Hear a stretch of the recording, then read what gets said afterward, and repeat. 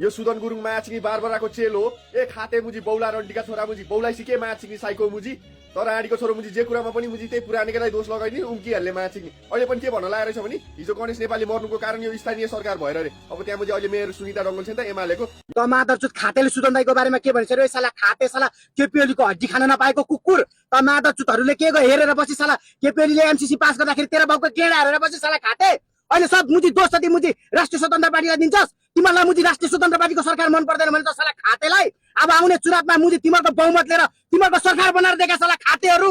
अनि त्यस पछाडि भुक माधवचुत त्यतिखेर के हेरेर बसिस माछिङले एमसीसी पास गर्दाखेरि यसरी नै बोलिस साला खाते। माछिङले सुदन दाइको बारेमा केही बोल्नुभन्दा अगाडि 10 चोटि सोचेर बोल माधवचुत खाते।